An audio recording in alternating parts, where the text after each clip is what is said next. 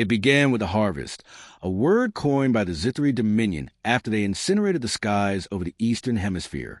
No warning, no declaration, just a synchronized orbital strike across 4 continents in under 7 minutes.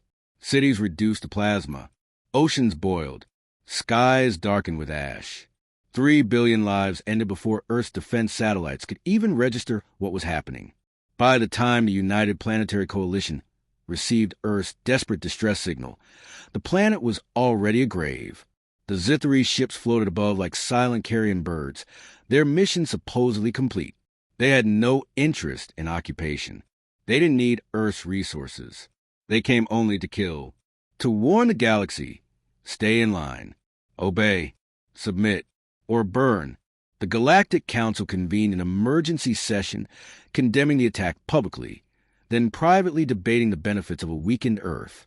For centuries, humanity had risen too quickly, invented too fiercely, expanded too unpredictably. Deathworlders, they were called, dangerous, undisciplined. Alien species feared them, not for their technology, but their mind, their unpredictability, their capacity to adapt, and worse, to evolve. But Earth had gone silent. No retaliation, no signals, no fleets, just a hushed, broken world circling its star, smoking in the silence. The Zithri believed it was over, that they had amputated the head before the beast could bite. They were wrong. 30 days after the harvest, a single signal escaped Earth's crust, not from the orbital stations, not from surviving colonies, from a deep black site buried beneath the Siberian permafrost. Facility Thorn. The Council had long forbidden such sites, off-books genetics programs, neural warfare labs, experimental AI gestation centers. But Earth never cared for galactic rules. Facility Thorn was never meant to be a fail-safe. It was a cage, and Earth had just unlocked it. What the Zithri didn't know, what no one in the galaxy knew, was that Earth had been preparing for this very moment for 200 years. Not just preparing to defend, preparing to retaliate in a way no other species could imagine. Not with fleets, not with diplomacy, with monsters. Humanity's black projects were not legend. They were nightmare, and they were real. Unit X-7 was the first to launch, codename Oblivion Seraph. A 10-meter-tall humanoid horror of engineered evolution, fused with adaptive nanometal, AI overbrain, and something else. Something that didn't quite come from Earth. It didn't need a ship. It walked through the void, leapt between moons, and pierced hulls with its hands. The first Zithri dreadnought, Karzoon, reported a hull breach and biological contamination. 6 minutes later, it reported internal screams. 7 minutes later, it didn't report at all. But X-7 was only the beginning. The humans had not made one monster. They made 13. X-2, Ash Reaper, moved through the wreckage of Johannesburg, gathering heat signatures of the Zithri scout parties. It had no vocal cords. It didn't need them.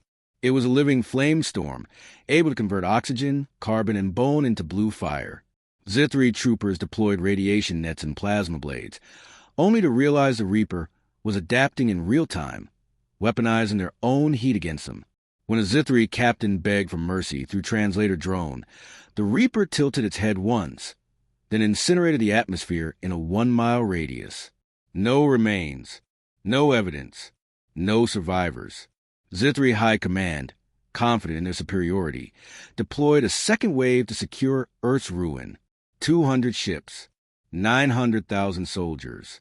They landed across the scarred continents with confidence, reinforced by the coalition's silence. Earth had no navy left. Their orbital grid was shattered. Their people dead. But they didn't land on a world of civilians. They landed on a graveyard filled with monsters. Every black site that once ran in silence was suddenly awake. Pacific Deep Vault, the null core beneath Greenland, the Tesseract breach in the Andes. Dozens of projects long thought terminated were not only active, but aware. The Zithri ships began vanishing, not in battle, in complete silence. Entire divisions were swallowed by shadows that bled through reality. What they faced were not weapons. They were Earth's vengeance made flesh. One transmission, recorded from the last surviving officer of the Zithri Ninth Fleet before their signal vanished, said only, "We did not kill a species. We opened the gates of hell." From the ruins of Beijing, a human survivor sent a message to the council. A scarred woman would sit across her face and eyes burning like coals. She stood amid the craters, beside the half-crushed remains of the Zithri walker, her bloodied hand resting on the shoulder of a monstrous biped covered in obsidian armor and humming with internal lightning. "You didn't believe in us," she said. "You thought Earth was just another cradle of life. But we weren't born to coexist. We were forged in extinction. And now, you've unleashed what we never wanted to use." She looked into the camera and whispered, "We told you, do not provoke Earth. You didn't listen." The council, in terror, dispatched emissaries, but none made it past the Kuiper line. The Warden, one of Earth's orbital defense monsters designed to devour metal and excrete vacuum mines, patrolled the edge of the system like a silent god. One ambassador ship made it through by deploying stealth thrusters and drifting dead for 6 days. When they approached what used to be Earth's moon, they found it hollowed, humming, reshaped into a planetary engine. From its core launched the Harrower-class Leviathan, a ship made not of metal, but of grown technology, pulsing with biomass and neural gel. It moved faster than light, not through propulsion, but through dimensional bleed. It tore open the fabric of space and vanished. Its destination? Zithri Prime. The Zithri homeworld had stood for over 9,000 years. It had seen suns die, empires rise and fall.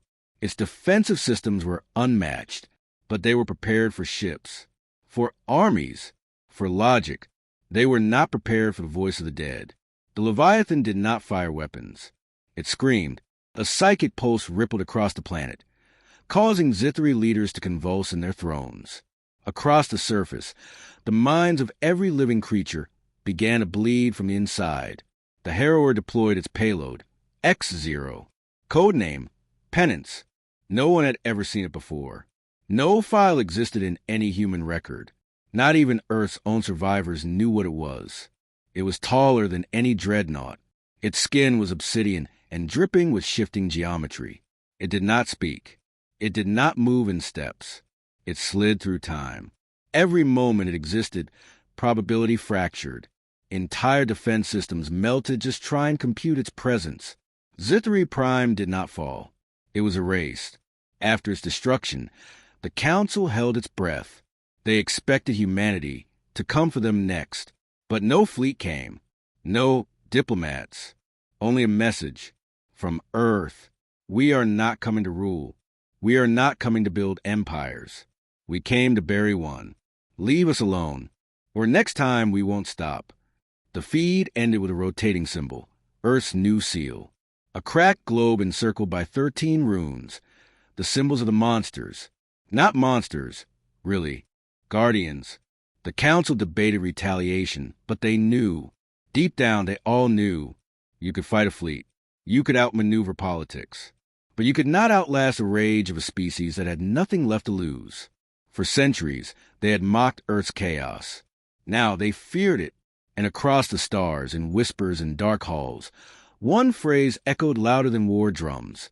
After 3 billion dead, they finally unleashed the monsters. And the galaxy would never be the same again. Hashtag HFY, hashtag Sci-Fi, hashtag Galactic War, hashtag Humanity Unleashed, hashtag Monsters of Earth, hashtag Zithri Fall, hashtag Black Project, hashtag Earth Strikes Back, hashtag After 3 billion dead, hashtag Sci-Fi Narrative. You said, give me prompt for pick of the story. ChatGPT said, here's a powerful image prompt to match the tone and climax of your story. Image prompt. A scorched, apocalyptic Earth under dark red skies, with ruined cities smoldering in the background. In the foreground stands a massive humanoid biomechanical monster, 10 meters tall, its body glowing faintly with molten lines, armor fused with flesh and pulsing with energy. Beside it stands a lone, scarred human woman in tactical armor, hand resting on the monster's leg like it's her ally. Above them, alien ships burn in orbit, while Earth's new Leviathan-class biomechanical warship bursts through a rift in space, heading toward a distant alien planet. The entire scene radiates vengeance, raw power, and the haunting silence of aftershock.